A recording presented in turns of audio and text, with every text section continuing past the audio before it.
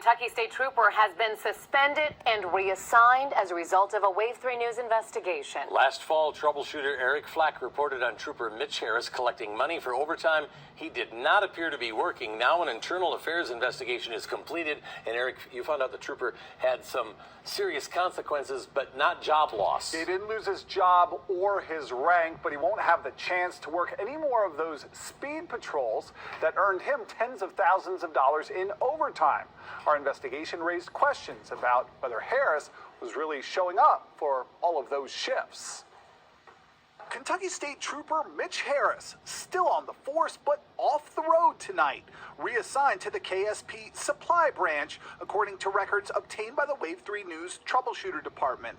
Instead of handing out tickets, Trooper Harris now handing out uniforms and equipment in a purely administrative role, after we investigated Harris for collecting overtime pay on work zone patrols he didn't appear to be showing up for. Trooper Harris, I've got some video of you at home while you were on the clock. Harris wouldn't talk to us.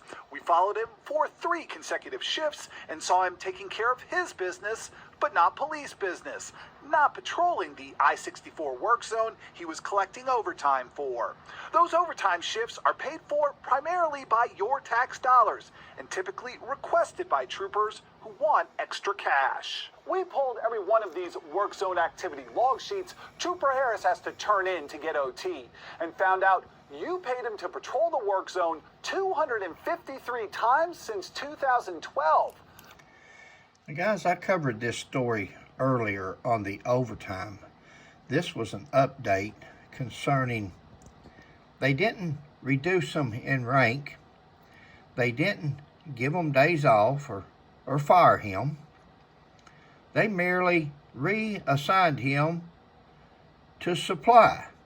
He wasn't allowed to work any more overtime.